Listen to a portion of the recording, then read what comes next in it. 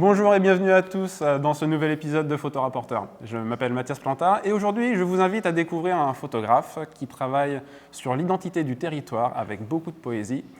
Ensemble, on va parler de la nature, des Pyrénées, de la Garonne, de l'Ariège, mais aussi de résidences photographiques et de photographie argentique. J'ai le plaisir de recevoir aujourd'hui Adrien Bas-Catalina. Adrien Bas-Catalina dans Photorapporteur l'interview. C'est parti!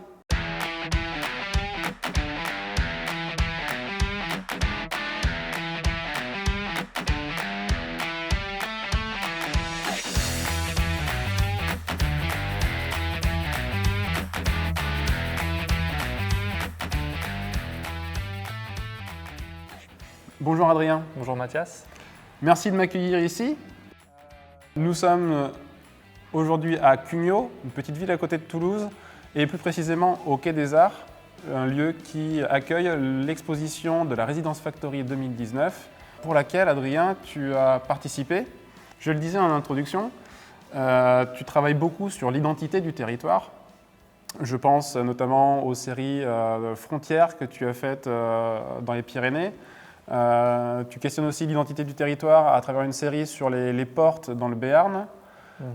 Tu as abordé aussi le territoire dans une série qui s'appelle Traversée, où on parle plus de transformation du territoire, transformation par les hommes, avec un point de vue singulier, puisque tu invites le spectateur à se mettre à la place, je ne vais pas le dire, mais à les découvrir, mais d'un point de vue particulier. Et pour cette résidence, tu l'as dit, tu travailles sur le territoire de la confluence Garonne et Ariège. Qu'est-ce qui t'intéresse autant, qu'est-ce qui t'interpelle tant dans les territoires ? Je suis originaire des Pyrénées et l'identité, c'est quelque chose qui est très fort. Je n'avais pas forcément le recul à l'époque sur tout ça. Et l'identité, selon moi, est construite dans un rapport à la nature, au paysage. Du moins, c'est une hypothèse que j'essaye de répondre à ces questionnements, essayer d'affiner un peu ce questionnement de départ à travers plusieurs photos ou reportages, enfin pas forcément reportages, mais des projets sur le long cours, plusieurs questionnements, où je peux interroger la porte, comme tu l'as dit, avec l'habitat, qui était mon premier projet, avec un rapport aussi entre cet habitat-là et le paysage. D'autres choses plus identitaires concernant la frontière et la culture transfrontalière qui naît de certains territoires dans les Pyrénées.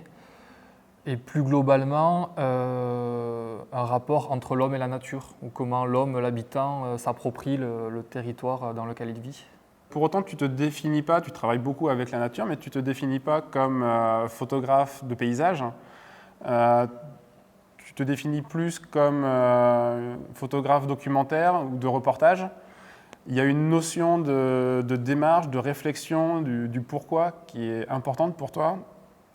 Tu peux nous en dire un petit peu plus, s'il te plaît ? J'ai toujours du mal à définir ma photographie. On me demande souvent qu'est-ce que tu fais comme photographie.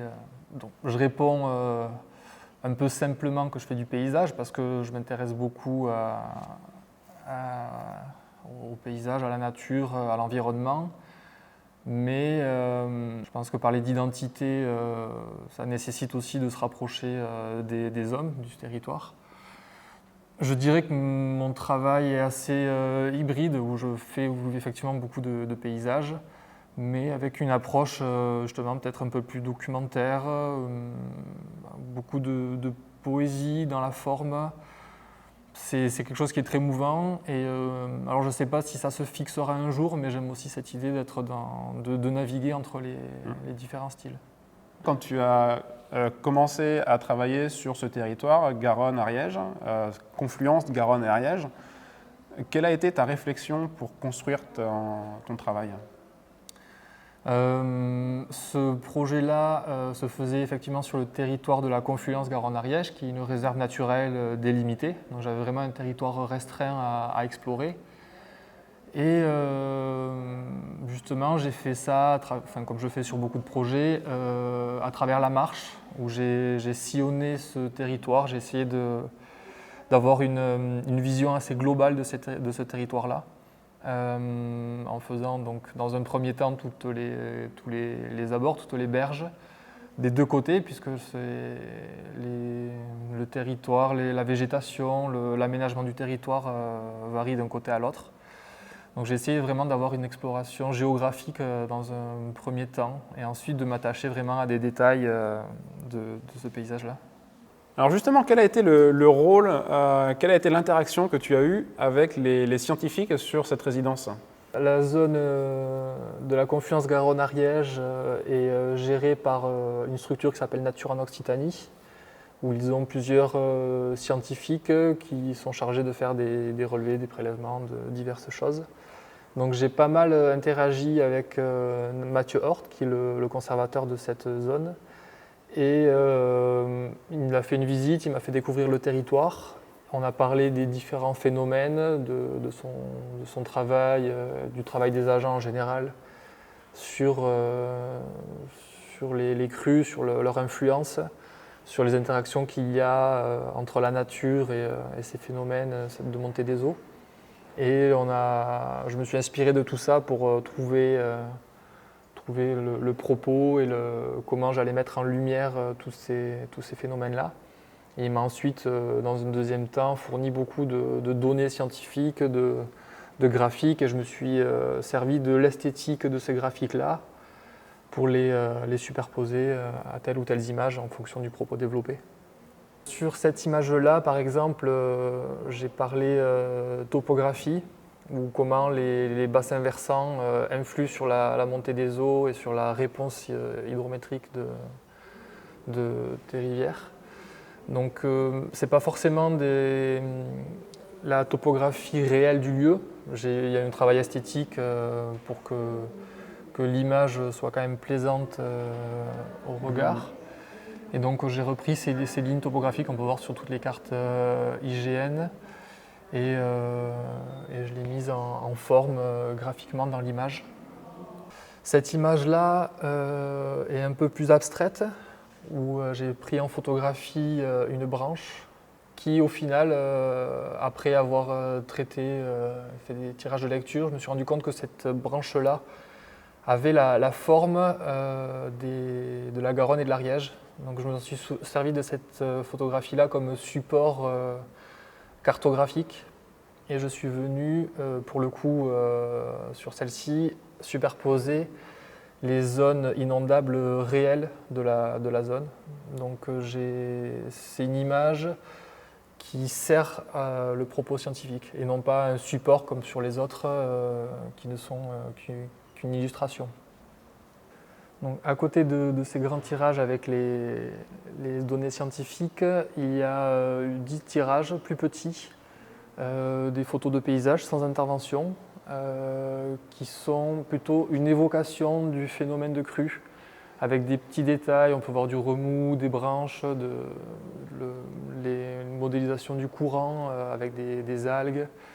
C'est plus un travail sur tout ce qui est à côté des crues, toutes les traces qu'on peut voir ou deviner en rapport à ce phénomène-là.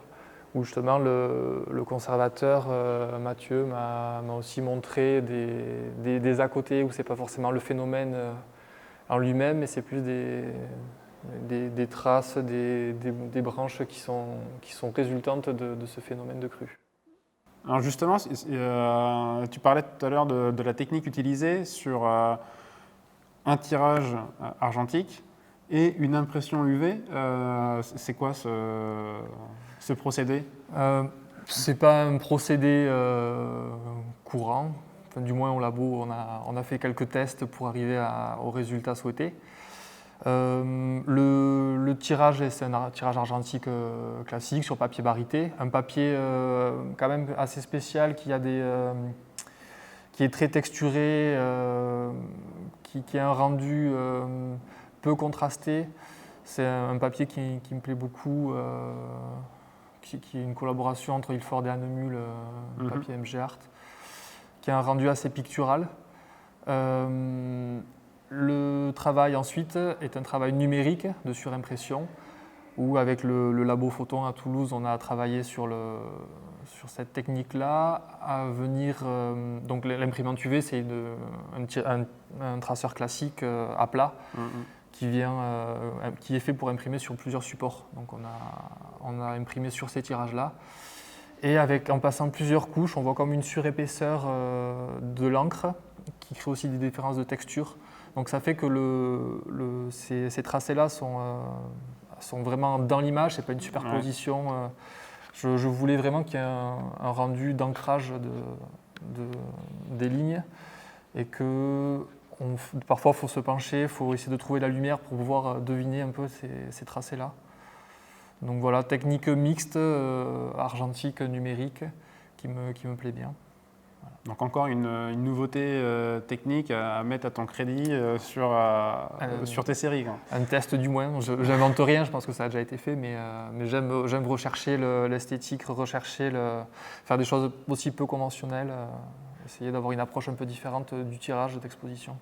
Ça me fait penser également à un photographe qui qui mêle science et photographie. J'espère que je ne vais pas écorcher son nom. Le photographe japonais Masamichi Kagaya, qui après Fukushima a pris des objets qui avaient de la radioactivité. Et donc ce sont vraiment ces tâches de radioactivité qui nous permettent de voir ces objets. Je ne sais pas si ça te parle. Dans les images, on retrouve des similitudes. Déjà, le noir, ce sont des tirages très denses. Moi, du coup, j'aime les tirages denses, justement, parce que j'aime dans mes tirages que la base soit très noire et que juste des pointes de lumière viennent éclairer le paysage ou n'importe. Ce qu'on retrouve justement dans ces travaux-là. Et le rapport à la science est comparable, où la luminosité vient révéler un objet, où moi justement ces interventions graphiques viennent révéler des phénomènes physiques qui se passent dans cette image-là. Une dernière question. Je reviens sur cette notion de territoire. Si on te donnait la possibilité d'aller où tu veux dans le monde pour aller documenter, questionner l'identité d'un territoire particulier, ce serait lequel? Ce serait où? Je vais faire une réponse en plusieurs temps.